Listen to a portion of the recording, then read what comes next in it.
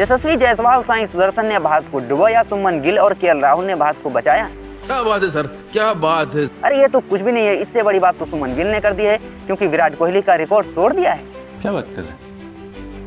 दोस्तों, आपको भी यही लग रहा होगा क्या बात करा, लेकिन सच में विराट कोहली का रिकॉर्ड सुमन गिल ने तोड़ दिया है और वो भारत के नहीं एशिया के पहले बल्लेबाज बन गए हैं जिन्होंने 6 कंट्रीज में जो है सबसे ज्यादा रन एक सीरीज में बनाए हो। अभी तक इतने सारे रन जो है किसी भी भारतीय क्या जो है एशियन बल्लेबाज ने नहीं बनाए थे। विराट कोहली ने 692 रन बनाए थे, उन्होंने 697 रन बना डाले, तो विराट कोहली का रिकॉर्ड तोड़ दिया है। तो भारत के पहले जो है बल्लेबाज बन गए हैं और एशिया के पहले खिलाड़ी हैं जिन्होंने इतने सारे रन एक सीरीज में बनाए हैं,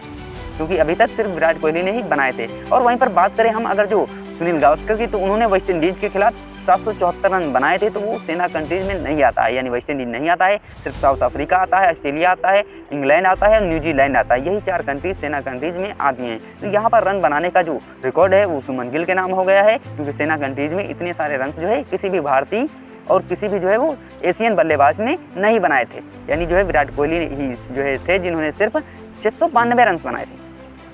तो भारत के पहले कैप्टन और एशिया के पहले कैप्टन, पहले बल्लेबाज बन गए हैं जिन्होंने इतने रन एक सीरीज में बनाए। और केएल राहुल भारत के तीसरे खिलाड़ी बन गए हैं जिन्होंने एक टेस्ट सीरीज में जो है वो 500 प्लस रन बनाए हैं, उन्होंने भी जो है 508 रन बनाए हैं। तो केएल राहुल के भी जो है नाम या रिकॉर्ड हो गया है। और एज ए ओपनर की बात करें तो केएल राहुल तीसरे ओपनर हैं भारत के जिन्होंने टेस्ट क्रिकेट की जो है एक सीरीज में इतने सारे रन बनाए हो एज ए ओपनर, क्योंकि सुनील गावस्कर उनसे ऊपर आते हैं जिन्होंने बनाए थे 774 रन, और फिर उसके बाद दिलीप सरदेसाई ने बनाए थे 642 रन। तो उनके बाद जो है केएल राहुल का नाम आता है एज ए ओपनर सबसे ज़्यादा रन बनाने के मामले में भारतीय खिलाड़ियों की लिस्ट में,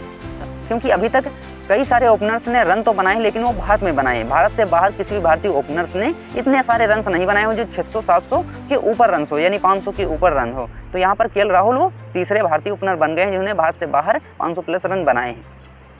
और वहीं पर जो है सुमन गिल भारत के 5वें खिलाड़ी बन गए जिन्होंने एक टेस्ट सीरीज में 1000 प्लस गेंदें खेल चुके हैं, 5वें खिलाड़ी हैं।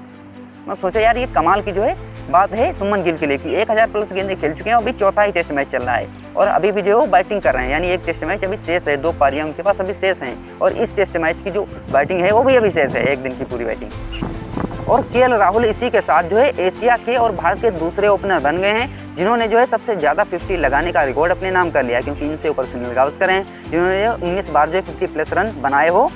As a opener. और वहीं पर केएल राहुल की बात करें तो उन्होंने 12 बार जो है 50 प्लस रन बनाए हैं टेस्ट क्रिकेट में एज ए ओपनर, तो दूसरे भारतीय और दूसरे एशियन खिलाड़ी बन गए हैं।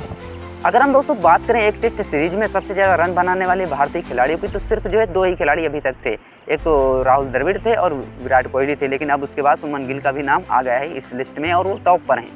यानी सोचो वो टॉप पर हैं। 3 भारतीय जो है इस लिस्ट में हैं जिसमें से 5 खिलाड़ी शामिल हैं। और वहीं पर केएल राहुल जो है टेस्ट क्रिकेट में जो है 3708 रन बना चुके हैं और ओडीआई में केएल राहुल के 3043 रन हैं, और वहीं पर जो है टी20 में 2265 रन केएल राहुल के हैं।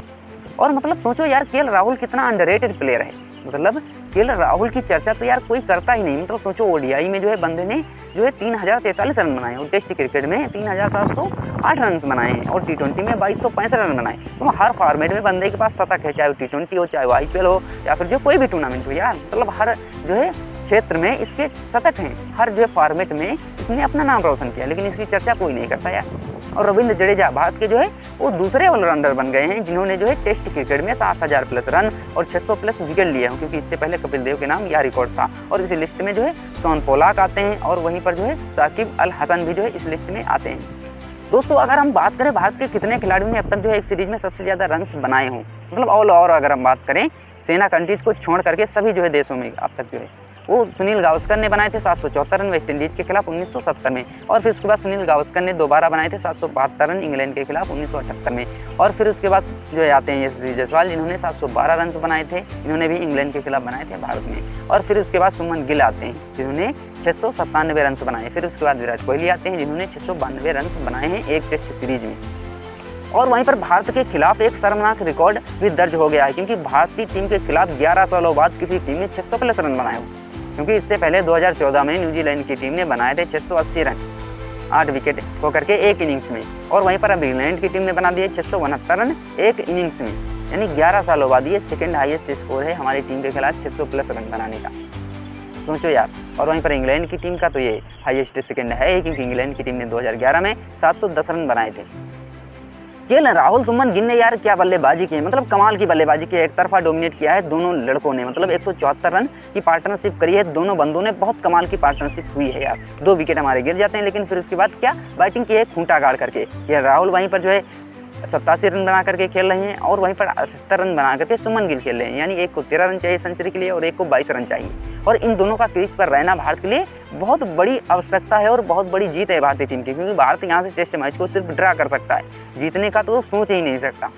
क्योंकि हम उस स्थिति में ही नहीं है। हमने अभी भी जो है इंग्लैंड के टारगेट को जो है ट्रायल नहीं कर पाए हैं, तो सोचो 137 रन हम पीछे हैं, तो कहाँ से यार हम जीत पाएंगे। अगर जो यहाँ पर अभी 1-2 दिन और होते तब तो हम सोच सकते थे कि इस दिन हम टारगेट बनाएंगे और ट्रायल करेंगे। अगर जो इंग्लैंड की टीम ने 311 की लीड नहीं ली होती, 200 रन होते, 150-200 रन, तो हम आसानी से जो है यहाँ पर इंग्लैंड की टीम के सामने 300 रनों का टारगेट रखते, तो हम आसानी से सोच सकते थे इस टेस्ट मैच को हो सकता है निकालने।